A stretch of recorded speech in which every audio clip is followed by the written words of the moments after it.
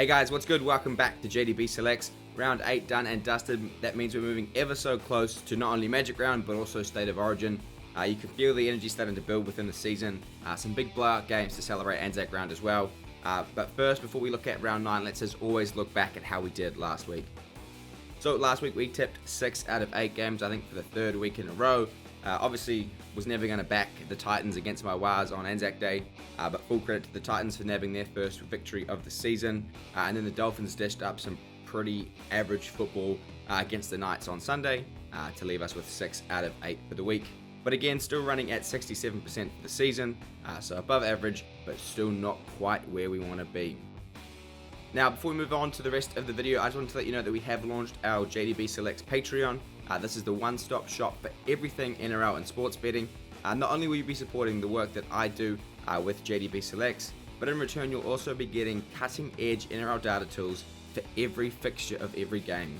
As you can see on screen, it's all broken down by teams, try-scoring trends, whether they've covered the points line in each game, points line at home, wins against top 4, bottom 4 teams, win percentage with referees, etc, etc. It is everything you need to make good decisions with your sports betting, with your fantasy teams, or just some good pub ammo for your mates. Now, obviously, my content on YouTube will always remain free, but if you do want to support the work that I do, and you do want to gain access to these exclusive data tools before 9 AM every Wednesday for the remainder of the season, please sign up to the Patreon. People certainly think that YouTube pays the bills, which it certainly doesn't. So this is a great way that I can give back and share my stats and knowledge with you guys, and in return you can help me stay above the water. So I appreciate all the support regardless, but thank you if you do choose to sign up to the Patreon. And you should know by now, but if you don't, we are running a subscribers tipping comp this season. All the details and prizes are shown on screen now. The link is in the video description if you would like to join. So best of luck, but do it ASAP. Alright, moving now to the tipping comp. Manawatu Turbo still retains his spot atop the ladder. You might notice that I have changed the overall points. Previously you were getting 2 correct points for each tip. I've reverted that back to 1, just because I found it was a wee bit easier to keep track of. So don't stress if you notice the change. You still have the exact same amount of correct tips, and you do still get 2 extra points for a perfect week. So Manawatu Turbo, congrats man. I think that is at least 3 or 4 weeks in a row at top spot. Brighton, 4020, Han, myself, we're all chasing you, mate. So good luck to you this week, and good luck to everyone else in the tipping comp. Alright, that's enough waffling from me. Let's get stuck into my personal tips and predictions for round 9 of the 2024 NRL season. Alright, round 9 gets underway on Thursday night with the last place South Sydney Rabbitohs taking on the third placed Penrith Panthers at a core stadium. Right, starting first with South, the Rabbitohs' woes continued, losing their Anzac Day fixture to the Melbourne Storm, 54 points to 20.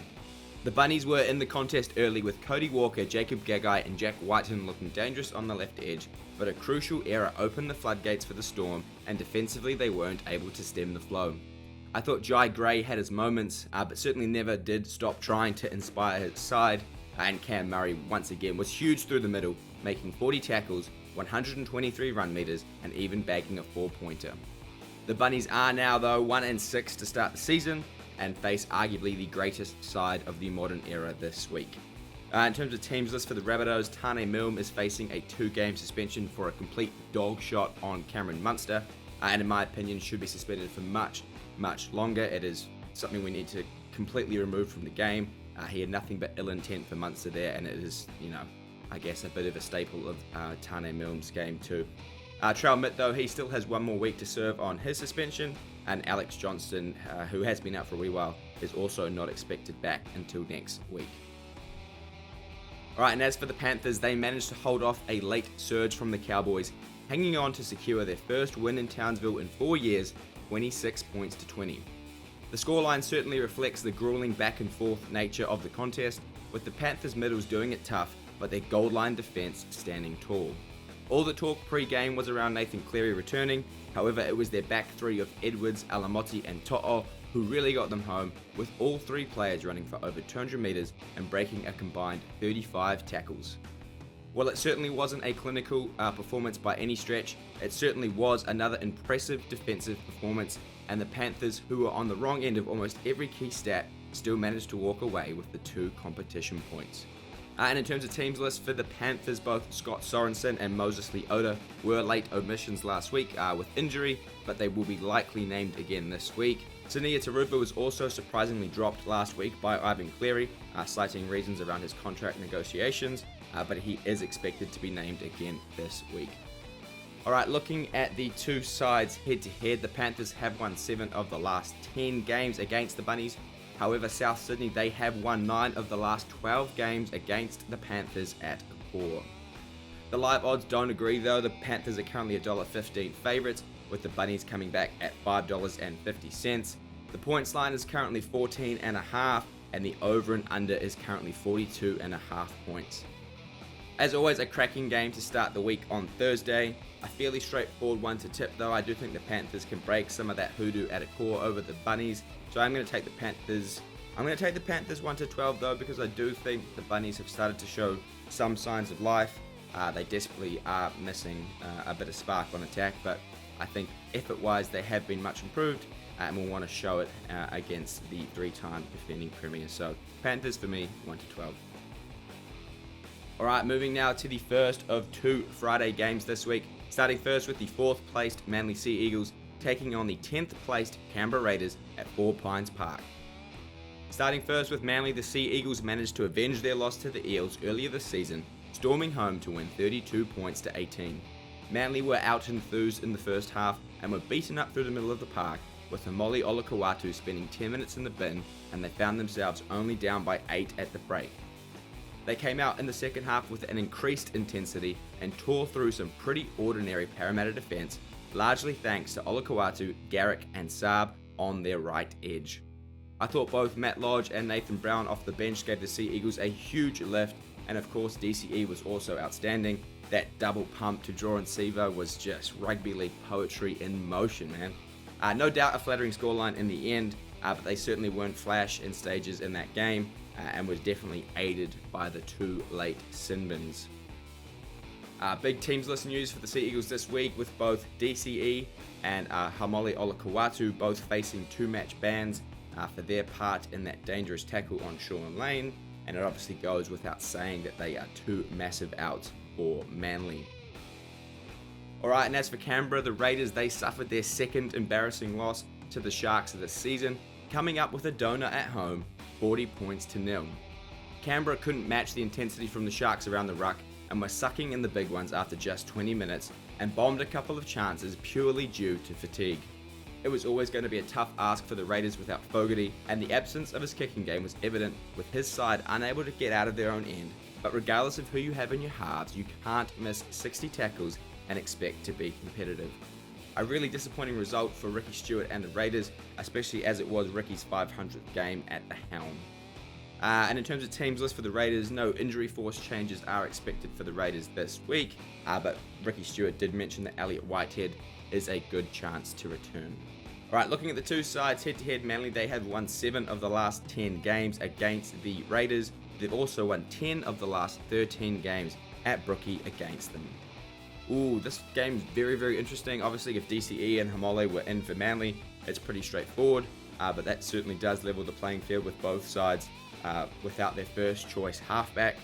I do still think, though, that Manly can get it done. I think as long as Turbo's there, they still have a good chance and should be too strong for the Raiders.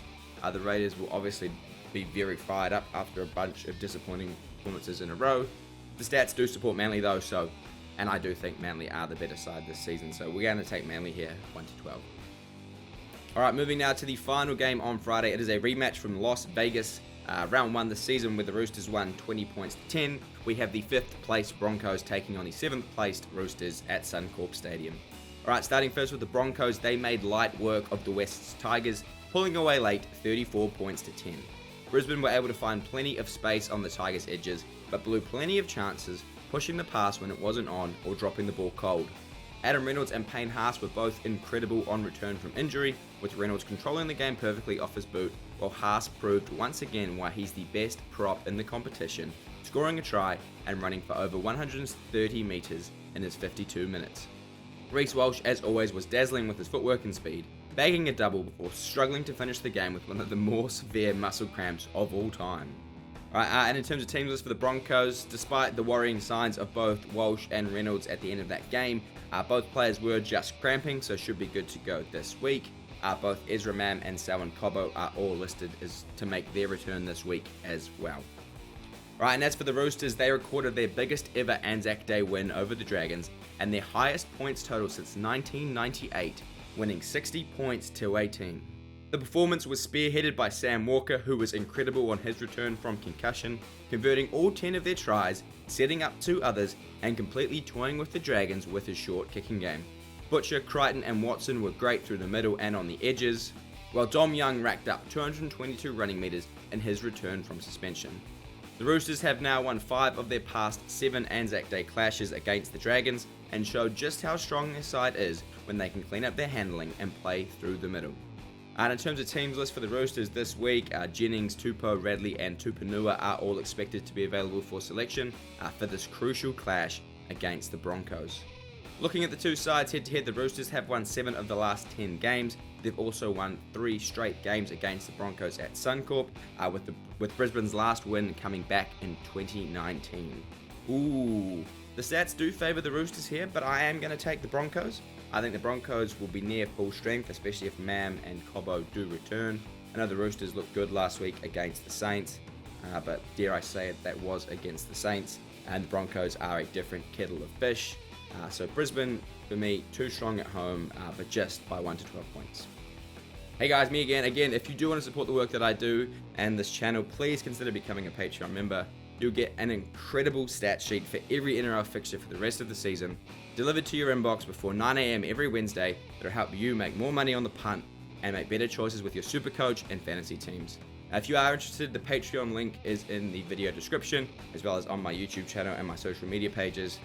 Thank you if you do choose to become a member. It is greatly appreciated, and it's people like you that help keep this show on the road. Alright, moving now to the first of 3 games on Saturday. We have the 8th place Canterbury Bankstown Bulldogs taking on the 15th placed West Tigers at Accor Stadium.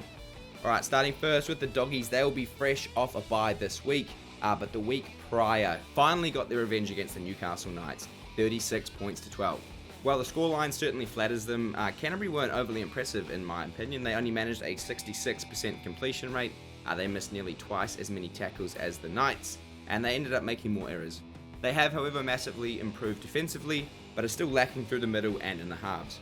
I do, however, like what I've seen from the outside backs, and I think they are pretty close to firming up their best 17, and I think the sooner they do that, the sooner they can really build on that foundation. In terms of teams list for the Dogs, Jacob Preston is expected to make his return from a fractured jaw this week. Kurt Mann and Chris Patolo are both potential ins for Canterbury this week. And as for the Tigers, they once again produced an improved showing compared to last season, but eventually caved to the Brisbane Broncos 34 points to 10. Statistically, the Tigers were right in the contest all the way through, but couldn't catch a break. Nothing summed that up more than when Api Coruscant reached out to score, only for the bunker to take it off him for the slightest piece of separation. That was certainly a big turning point and would have meant the score was 10 points to 6, and who knows what that might have done to not only the momentum of the game, but also to the Tigers' confidence as well. John Bateman again was great at lock, but they did desperately miss his experience on that left edge, with Alemalo on debut and Galvin only a few games into his career. Right, and in terms of teams list for the Tigers, no new injuries are expected, so I am expecting Benji to name the same 17 this week. Looking at the two sides head to head, they have been evenly matched in recent years, with the Dogs winning 3 of the last 4 meetings. Canterbury, though, they do have a great record against the Tigers at Accor. They've won 9 of the past 13 games there. The live odds currently have the Dogs at $1.40 favourites, with the Tigers coming back at $2.96. The points line is currently 7.5, and the over and under is currently 41.5 points. Ooh, man, this is a tricky game to tip. It could really go either way. Both sides have improved massively this season, but at this stage, I am going to back the Tigers here by 1 to 12 points. Like I say, the Dogs weren't overly convincing against the Knights despite the big scoreline, and the Tigers have really shown a lot of improved defensively. And if they can find some gel in attack, they've got plenty of points in them. So I'm going to take the Tigers here at 1 to 12. Alright, and the second game on Saturday has the 16th placed Gold Coast Titans taking on the 2nd placed Melbourne Storm at Cbus Super Stadium. Alright, starting first with the Titans, they finally broke their duck in 2024, upsetting the Warriors at home on Anzac Day, 27 points to 24. The men from the Gold Coast found themselves under the pump and behind on the scoreboard early, before some brilliance from AJ Brimson, Tana Boyd and David Fifita wrestled back the lead. They finished the match with a 92% completion rate, but I thought the most impressive part of that performance was their defensive effort in the final stages of that match, with the Warriors throwing everything they had at the line, but the Gold Coast dug in and held them out. They certainly have been building towards a win, the Titans, and unfortunately it had to come against my Warriors, but I also wonder if they'll have the same amount of passion this week, now that they've finally got the monkey off their back. Alright, in terms of teams list for the Titans, Mo Fotuaika and Sam Verrills are both questionable with concussion protocols. Philip Sami, though, is expected back this week. Alright, and as for the Storm, they may have faced a new Anzac Day opponent, but they still continued their tradition of recording big wins, this time against the South Sydney Rabbitohs, 54 points to 20. Melbourne dominated the ruck with Ryan Pappenhausen and Harry Grant drawing in defenders before eventually shifting the ball wide and stripping Souths for numbers. Cam Munster had his best performance of the season and combined with Xavier Coates for 3 incredible tries that saw Xavier bag a hat-trick before half-time. Melbourne's goal line defence was once again the standout despite giving Souths a sniff late, but the result was never really in doubt. And in terms of teams list for the Storm, Xavier Coates, he obviously left the field in that first half with a minor hamstring strain, and Craig Bellamy suggested that he could be available for selection this week. Big Nelson Asafa-Solomona also picked up a hamstring complaint, but is unlikely to be named this week. Looking at the two sides head-to-head, as is often the case, Melbourne have a dominant record against the Titans, only losing 7 times in the club's histories.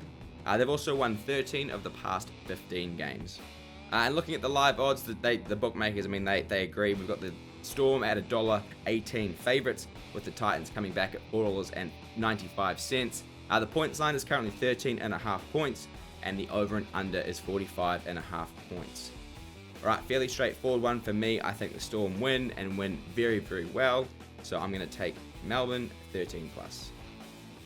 Alright, and the final game on Super Saturday is a Queensland derby with the 9th placed North Queensland Cowboys taking on the 6th placed Dolphins at Queensland Country Bank Stadium. This is also a rematch from earlier this season, back in round 1, where the Cowboys won 43 points to 18. Alright, starting first with North Queensland, the Cowboys almost pulled off an incredible comeback against the Panthers, coming up agonisingly short 26 points to 20. North Queensland took it to the 3-time defending premiers and were a wee bit unlucky to find themselves behind by 20 points, conceding 3 tries in 10 minutes across either side of half-time. They fought valiantly in the second half, something they've hardly shown all season, to nearly snatch it late, and if they were playing probably any other side in the competition, they probably would have. It was certainly the strongest performance of the year for a lot of the Cowboys' middles, notably Jason Taumalolo, who was massive off the bench. Despite the loss, I think Todd Payton would surely be happy with the tenacity his side showed, and will be hoping it wasn't just a one-off and can become part of that club's DNA. Alright, and in terms of teams list for the Cowboys, Tom Chester went down with what is believed to be a serious or a major hamstring injury, and we'll be looking at an extended stint on the sideline.